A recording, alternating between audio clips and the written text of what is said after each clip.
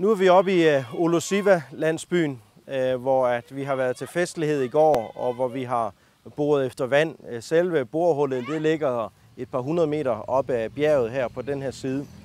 Og det her det er den første vandpost, som der er lavet. Og der er oppe ved borehullet en vandtank, eller 2 vandtanke faktisk, hvor der er samlet 20.000 liter vand op. Og det er så meningen, at det skal løbe ned ad bjerget, blandt andet til den vandpost, som vi står ved her. Det er den første af sin slags. Der kommer 5 i alt rundt forskellige steder i landsbyen. Og de her vandposter kommer de lokale så til med deres spande, og så betaler de omkring 35, nej det gør de ikke engang, de betaler 30 cent for en spand vand. Det er ingen penge overhovedet, det er meget, meget billigt.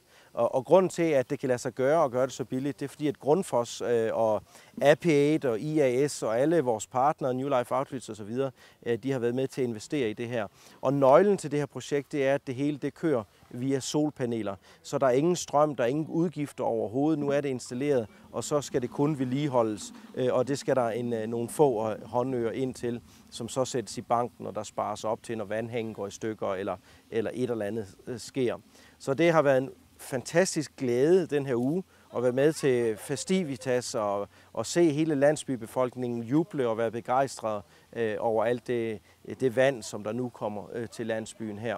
Det giver mening at hjælpe landsbyboere på den her måde, og det er også en del af det kristne budskab, at vi ikke kun tænker på evigheden, men vi også tænker på at hjælpe folk i deres nød her og nu. Så det er bare dejligt. Der er masser af vand, der er masser af glæde, og der er masser af begejstring. Og stor tak til alle jer, som har været med til at gøre det her til en mulighed.